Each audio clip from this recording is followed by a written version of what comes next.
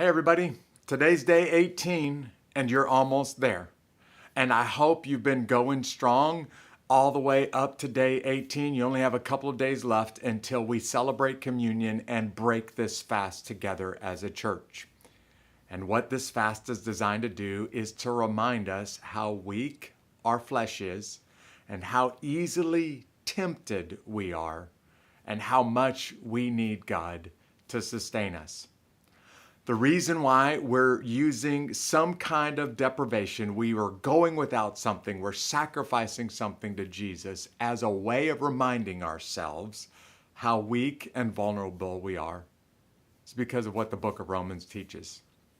The verse that I have for you today in this video comes from Romans chapter 7, and this is written by one of the greatest Christians to ever walk the planet, one of the greatest followers of Christ. This is, of course, from the great apostle Paul, who is struggling with his own flesh and realizing how vulnerable and weak his flesh is. Please don't hear me wrong. I don't want you to get the wrong impression. I'm not saying that all of our flesh is evil. What God created back in the Garden of Eden, when he made man and woman, he made them to be very good. This body that he gave us is very good. And then sin entered into the equation. And ever since sin entered into the equation, our flesh is easily tempted. And Jesus even says, our spirit is willing, but our flesh is weak. Well, the great apostle Paul wrestled with this. And if you wrestle with these struggles and temptations, so did every human being that's ever lived. Romans chapter 7 describes how Paul lays out what it looks like to wrestle with your flesh. And maybe this time of sacrifice has been a real struggle for you. So maybe you will resonate with Romans 7, verse 18. And I know that nothing good lives in me, that is in my sinful nature, or put in quotation marks there, my flesh. I want to do what is right, but I can't. See, Paul is just being vulnerable and honest and saying, my flesh is weak. And it's easily tempted. And even when I try to do what's good or right, my flesh can sometimes get in the way. And maybe that's how you feel as well.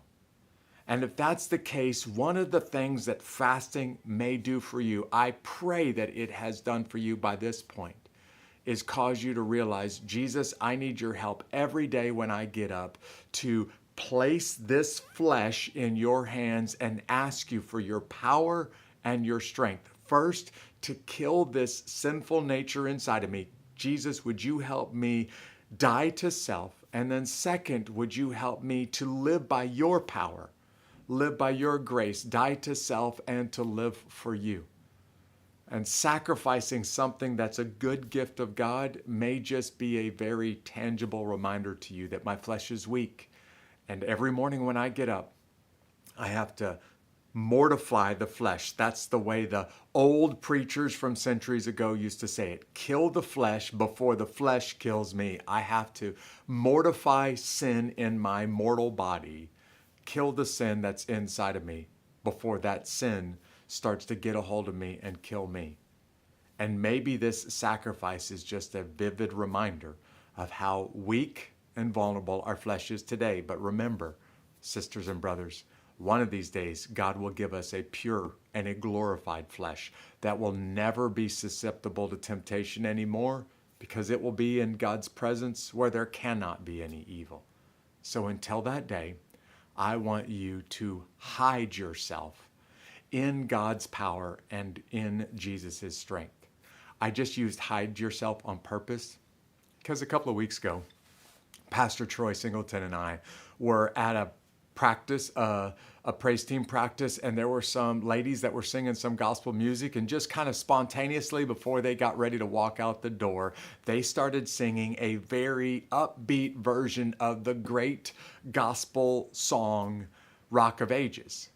And Pastor Troy just happened to catch all of this on a camera.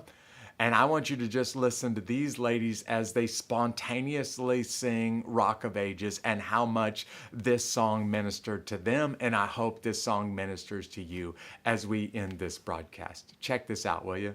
Rock of Ages!